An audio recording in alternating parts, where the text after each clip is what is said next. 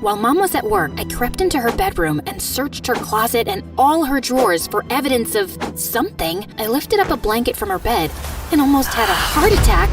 Hi, I'm Ming from China. See, my mom, she was the prettiest girl in our whole town. She literally won the Chinese beauty pageant 5 years in a row and became rich from it. Everyone would stop her in the streets to tell her how beautiful she was. Best of all, Dad adored Mom to bits and was always showering her with gifts. And then I was born. Oh, darling, she looks exactly like you. Same lips and cheeks. You and Ming should compete in pageants together when she gets older. Well, that's exactly what we did. When I was 3, Mom and I competed in duo pageants, winning every time and soaking up the glory. Then one day when I was 10, I was in my dressing room when I heard Mom had to be rushed to the hospital. What's going on? Is she hurt? It's her skin. It's become completely wrinkled and inflamed. The doctors think she has a rare and untreatable condition. What do you mean untreatable? I want to see my mom now! No, Ming. The pageant is in 3 minutes. You'll have to go on without her. I was totally powerless, but I did end up winning first prize. Sadly,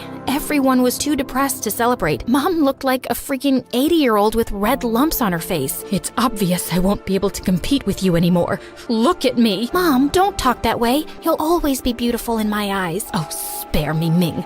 I don't want your pity. I felt so awful, and as I continued competing in pageants, people constantly compared me to my mom, especially my grandma. It's heartbreaking what happened to my daughter's skin. It's too upsetting for me to visit her these days. At least you look the way she used to. Their comments made me furious. I could feel Mom's growing resentment. Worst of all, the tension was affecting my parents' relationship, and they started fighting all the time. Finally, when I was 16, my parents divorced. Mom got custody since she'd been my primary caretaker, mostly because she'd always been driving me to our pageants. And it was then I decided I'd had enough. I don't want to be in pageants anymore, Mom. I only did them in the first place because of you, and I don't like how bitter and jealous you get every time I compete. That's the most ridiculous thing I've ever heard. Why would I be jealous of my own daughter? Gee, good question. All I know is it just got worse as I got older. I quit pageants, and then Mom decided to move to the US, which was a big adjustment. And as soon as we settled, she became even more of a nightmare to be around. That's a disgusting amount of makeup. But I'm just wearing lip gloss. Well, you're wearing too much for a girl your age. Wash it off right this second. I don't understand how you can eat all those pancakes and not blow up like a balloon. Enjoy it while you can. See what I mean? Luckily, my new school became much happier than my home life. One day at school, I asked around to see if I could get an English tutor, since I still wasn't comfortable with the language. All the kids recommended the same guy, someone named Gavin. He tutors for volunteer hours, so it won't cost you anything.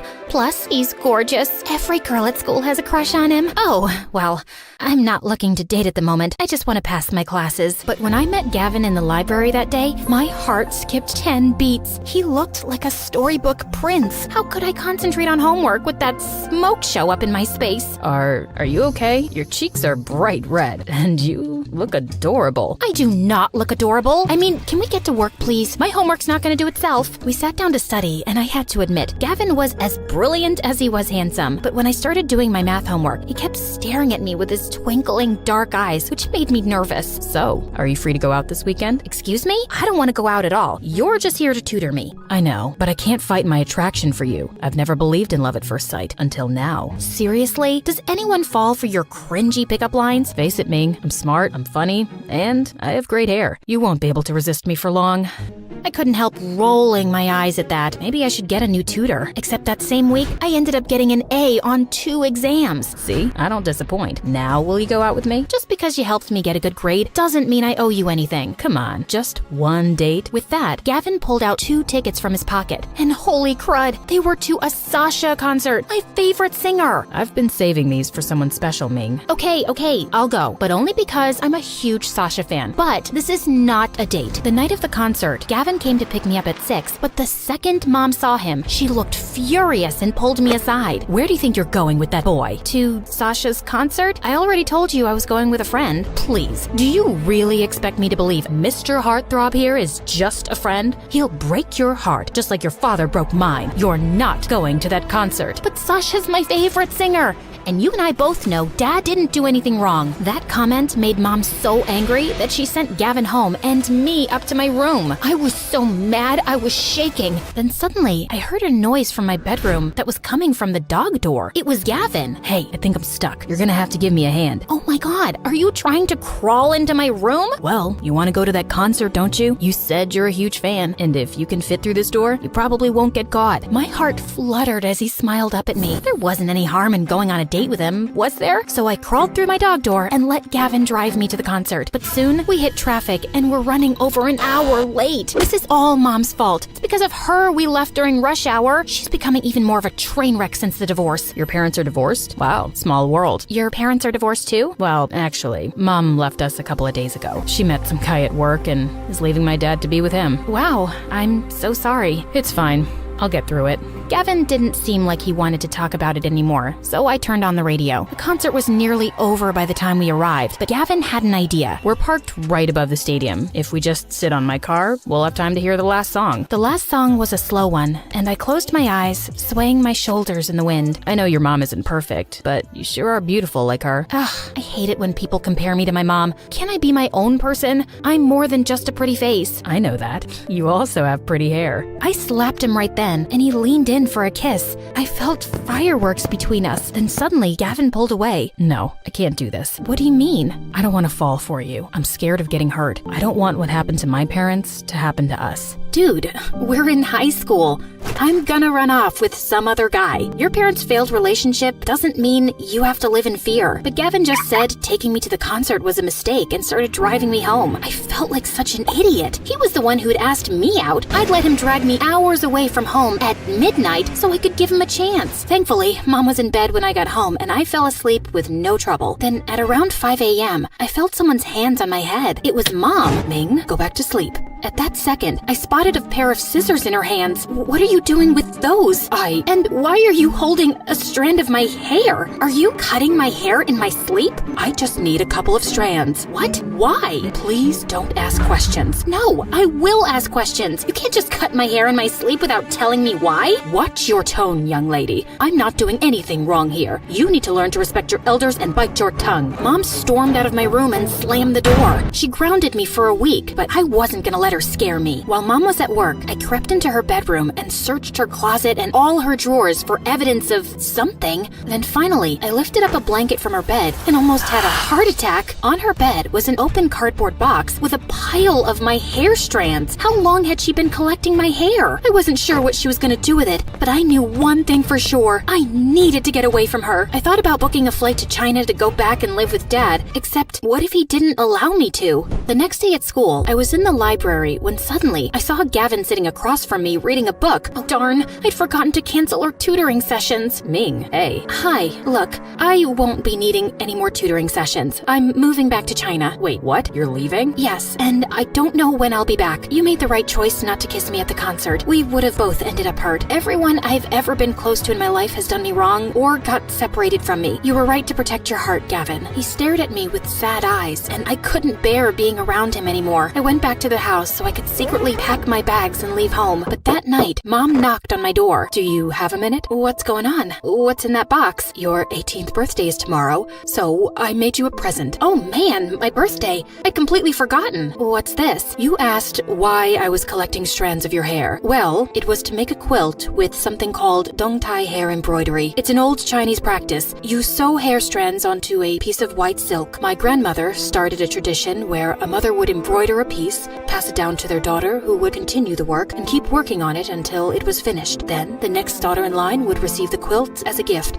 and that's you. I was shocked. Mom hated me. There was no reason she'd want me a part of any family tradition. I don't even remember the last time you gave me any presents, let alone something like this. Well, it's your 18th birthday, and it's an old family practice. My mother used to tell me, back when we were close, that she wanted me to continue it, and you are my daughter after all. Mom hugged me awkwardly, and I tried to feel happy. Maybe I didn't have to run away from home after all. My mother loved me. This was proof she loved me. But I still couldn't sleep that night. I felt in my gut something was off. That Mom didn't give me that blanket for the reasons I thought she did. Suddenly, I heard voices coming from the other room that sounded like a FaceTime conversation. I can't believe you made me go through all that work to give Ming that dung-tie blanket. She barely even said thank you. I shouldn't even have to ask you to pass that blanket down to your own daughter. I had to offer to take Ming for the summer so you'd agree to do it. Like I haven't already passed down enough to her. Ming is prettier than I ever was and won more pageants than I ever did. I did what you told me. I gave her the stupid quilt. What more do you want from me? Well,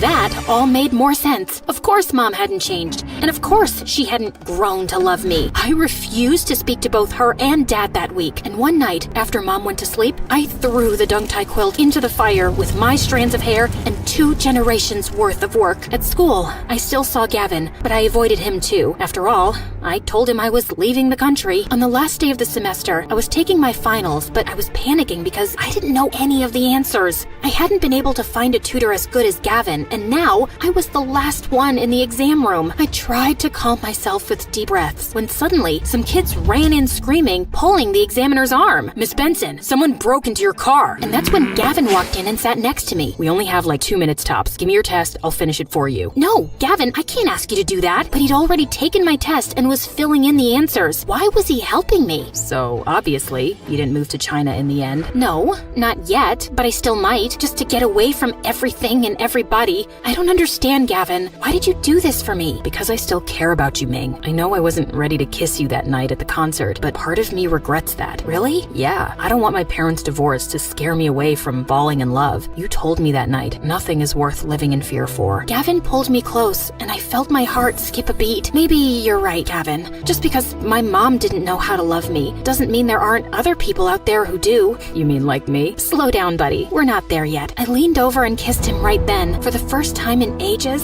I walked home feeling happy. But when I entered the house, I found Mom sitting in front of the fireplace, crying.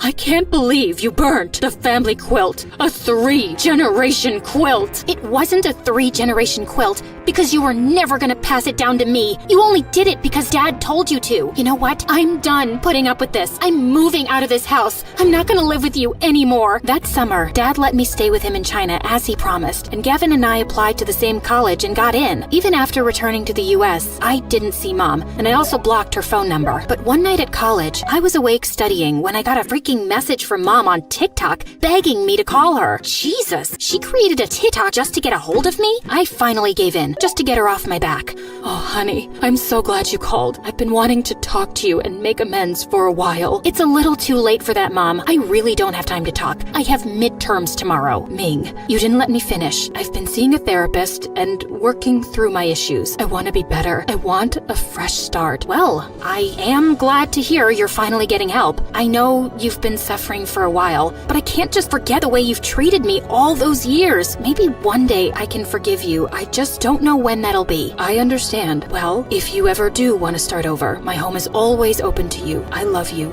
and I'm sorry about everything. Thanks, Mom. I've always wanted to hear those words from you.